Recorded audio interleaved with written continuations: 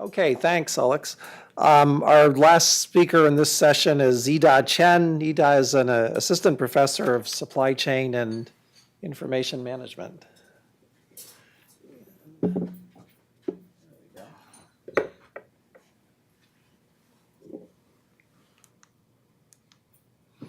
First, thank you for being here, and I'm very glad that I have my slides here. So, my name is Chen, and I'm a new assistant professor from the Supply Chain and Information Management Group. So, I'm presenting my main research area, the collective collaboration dynamics under uncertainty, and my studies in this area. So when we think about collaborations, actually there were like two layers of issues involved. So the first layer is really about us. So we will have our interpretation of the situation and our judgment on how to respond to the situation. And then there will be another layer is on the group or the organizational level. So there will be rules that can help to consolidate our different interpretations and help us to know like how to coordinate with one another. So when the situation are routine, usually our interpretation of the situation will be very similar to the organizational rules. So we don't feel conflict or tension between ourselves and the group. But when the situation is new, novel, in developing, like the ISIS crisis, no one really knows what to do about it. So at that time, individuals' interpretation became very crucial because by gathering individuals' interpretation, we can probably figure out what to deal with the situation. But at the same time, because no one knows the best solutions, we have like different point of view at that time actually will cause problem for the collaboration.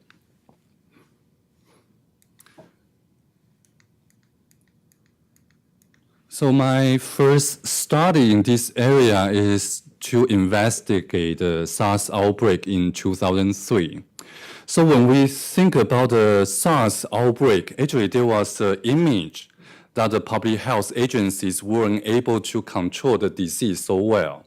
So like there will be a situation that the public health agency will announce the outbreak is perfectly under control. And then a few days later, there is another wave of massive infections in hospital reported.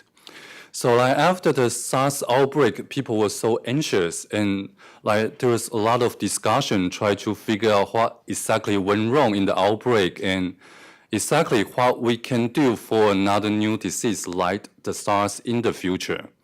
And I think at that time, the conclusion was that the traditional surveillance system based on doctors' reporting wasn't that efficient and effective.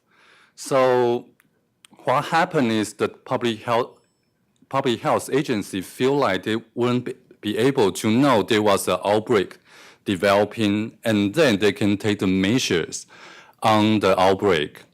So the solution will be building the electronic surveillance systems for outbreak detection, kind of like our building the camera surveillance system we have to spot the outbreak. But also there were a lot of criticism on this solution, especially from the local doctors. They feel like they were ignored and replaced by the solution. So by this study, I really wanted to investigate this controversy, like why there were like so many different views in this solution and what exactly we need from the information systems point of view to manage a new disease like a SARS. So I think the major insight from this study is when we try to control a situation, the first thing we want to have is a very clear problem definitions. But when we have a new disease like SARS, what happens is symptoms very similar to a cold or the flu. So it can actually, like when it first appears, it can fit into the problem definition of the cold or the flu. So like it would be very difficult for us to find out like there was a new disease there. But even when we knew its existence, when we learning to control the disease, actually we were also learning the disease. So the problem definition for the disease will keep changing in the process. So when we have this unstable like problem definition, when you want to use electronic surveillance systems to spot the disease, which will not be that helpful because there will be a lot of false alarm. So the major idea would be we should use information systems to promote collective investigation from the local doctors. So by having their insight and having their ideas about like the symptoms, then we can construct a better problem definition for the disease. So in turn, we can control the disease. So like from this study, we will say like for a new disease like that, the role of the information system is to help collective collaboration with the doctors. And also like from this tension between individuals and group, I'm also explore another area is in the innovation process. So like for when we try to implement a new idea or a new product, when we're doing it, actually we don't know what exactly will happen in the future when the product will be released. So we will have many different conflict interpretations at that moment.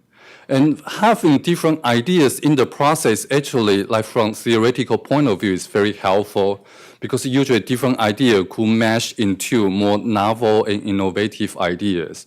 But it also will have the tension, like we have different ideas, we were not in the same page. I don't really want to collaborate with you. So there is a phenomenon called the simultaneous differentiation and integration, or the dilemma for differentiation and integration. So I conducted a study in the cyber infrastructure project teams to explore this issue, and especially I focus on what administrative measure we can do when the cyber infrastructure project team, which have the innovative quality, fail to perform. But because of the time, I'm not able to really discuss the implication from this study. But if you feel interested, please feel free to have a discussion with me during the lunch break. Thank you.